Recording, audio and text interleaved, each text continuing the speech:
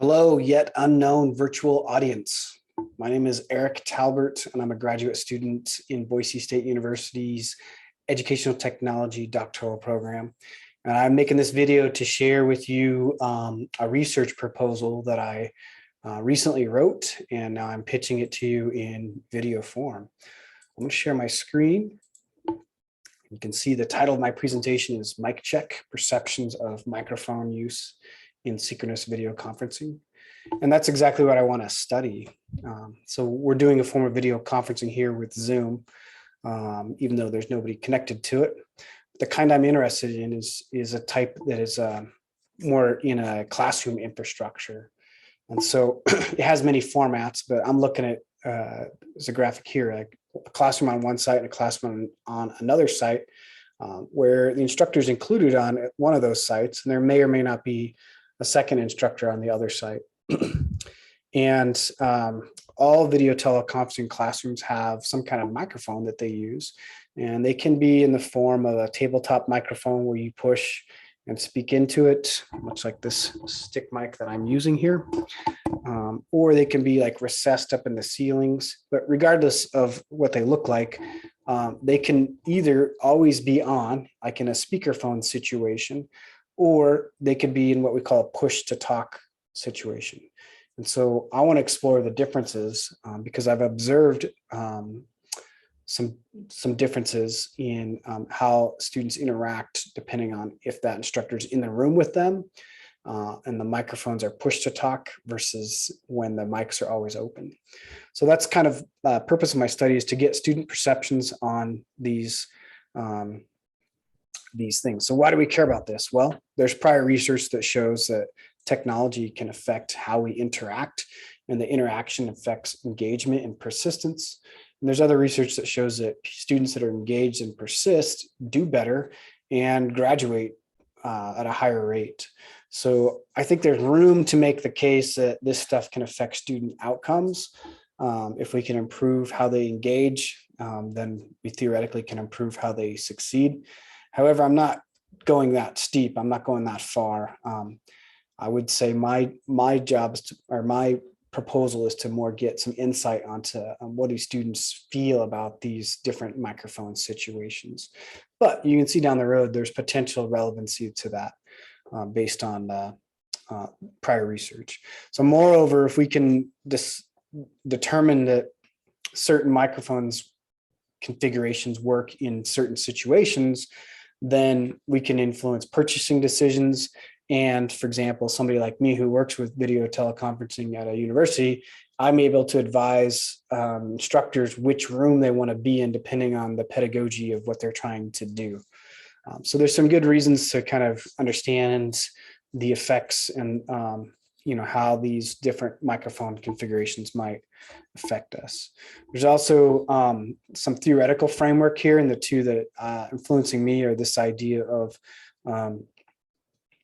cognitive load theory, which on the left you can kind of see John Sweller is kind of the father of cognitive load, and he defines, well, I'll define it in a bit here, but basically we're looking at what's on the graphic there, extraneous cognitive load. In other words, it's possible that the extra audio transmitted from being on all the time is not perceived well and can in fact add unnecessary information to what the students are trying to process, and therefore compete with what they're getting out of the class. So I'll get into that cognitive load theory a little bit better. But the other theory that's kind of competing with that is this idea of social presence.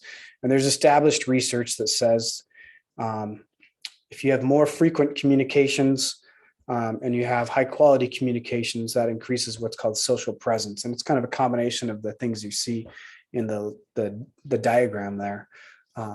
But generally, it's accepted that having social presence in a classroom environment is good. And therefore, if we can improve social presence, that would be good. But it kind of competes with this idea of, well, if you're adding extra information into the learning environment, maybe those two ideas are going to butt heads. So I'll talk about that a little bit more detail in just a second, but keep that in mind. So you look at my research questions. So my idea is to do a mixed methods study, which uses qualitative and quantitative data. And the first two questions address the qualitative information that I'm seeking out, which is how does the extra audio from these always on microphones affect cognitive load? And in the second question, how do they affect social presence? And then the third question is a quantitative question, which is what are the number of interactions under each of these conditions?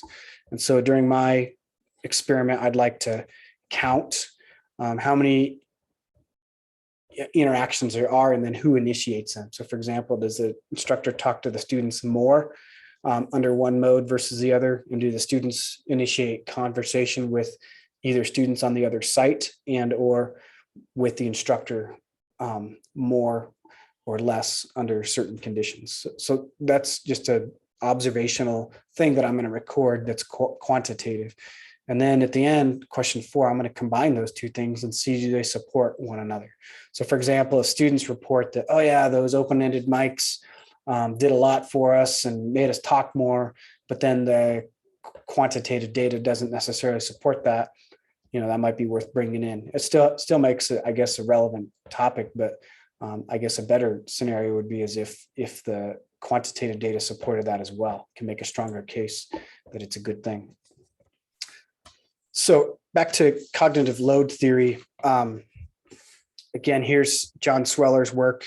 He basically purports that there's two types of memory, short-term and long-term, and that long-term memory is is infinite, and information stored there can be recalled for future use. But in order to get into long-term memory, it first has to be processed in short-term memory. And that's what the illustration is showing. Short-term memory has a finite capacity, and therefore the non-essential information should be minimized in instruction when new information is being presented.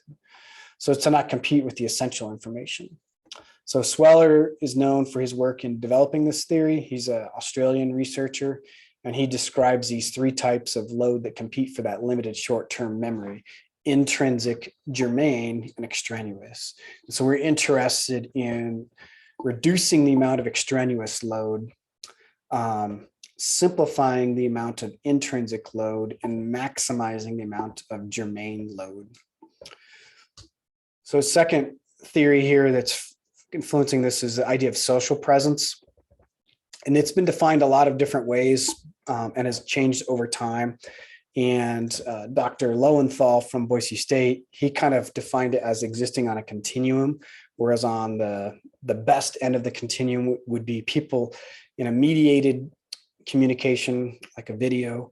They perceive those people on the other end as being real and being there, right? Like it's a kind of the ultimate social presence is in spite of the mediated communication, it feels real. They feel like they're there. They're real people. And then the basic end of that spectrum, according to Lowenthal, would be they're basically giving you minimal interpersonal and emotional connection between the communicators. Short, with some researchers, he's been studying it since the 70s, and him and his team described this in terms of prior work of immediacy and intimacy. And Short was the first one to examine these concepts in the context of mediated communication. So in other words, they were studying this stuff in real live interactions, but Short was the first one to kind of put it in the context of mediated communication. So he established the kind of accepted origins of the term social presence, and he defined it as the degree of salience of the other person in the interaction and the consequent salience of the interpersonal relationships. So they argued that the medium affects not only the quality of the communication, but also the quality of the social presence. So keeping those two things in mind, a third kind of factor, which you might call media theory,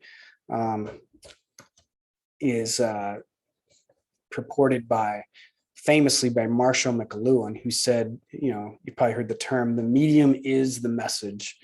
And Canadian philosopher in 1990, he actually wrote the book in the 1960s, The Medium is the Message. And he's well regarded in philosophy and media studies and other circles, but essentially is saying that exactly what the graphic says it. The technology is part of how we consume and how we perceive things.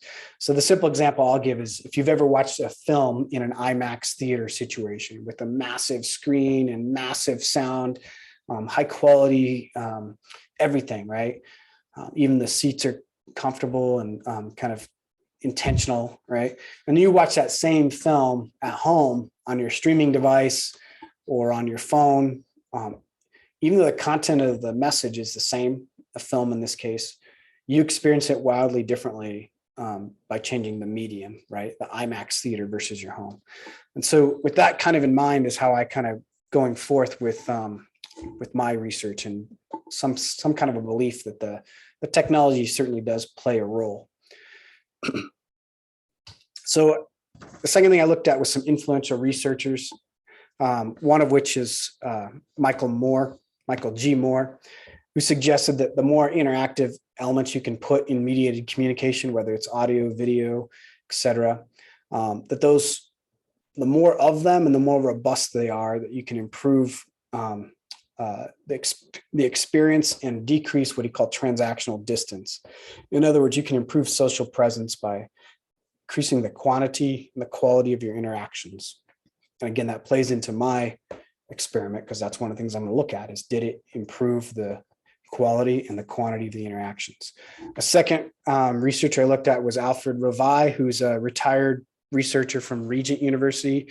And he'd noticed or found evidence that the mediated communication, and I forget if it was specifically video conference classes or just online classes in general, but he noticed it had a 10 to 20% higher dropout rate than traditional courses. And so he did a pretty thorough lit review and concluded that part of this is perhaps due to the lack of community and the lack of engagement in distance educations, and ultimately prescribed that because of the strained social presence in a mediated platform, that instructors must work harder to improve that.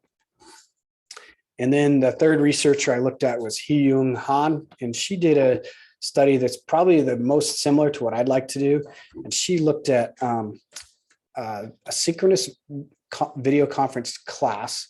This was in the 2013. And so it was two groups of students getting the same content from the same instructor. It was like a Monday, Wednesday class. And so the variable was with the Wednesday class, right? So the first group got the lecture delivered live. However, there was no video, right? And I just turned my video off intentionally to illustrate the point. But so they heard the instructor, they saw the PowerPoint, but they did not have any image of the instructor teaching the class. And the second group got the benefit or the addition of the video information. And Han wanted to test, how did this affect social presence, satisfaction, and learning outcomes? And of those three, she concluded it had the most effect on social presence. In other words, those who received the video as part of the package felt increased and improved social presence.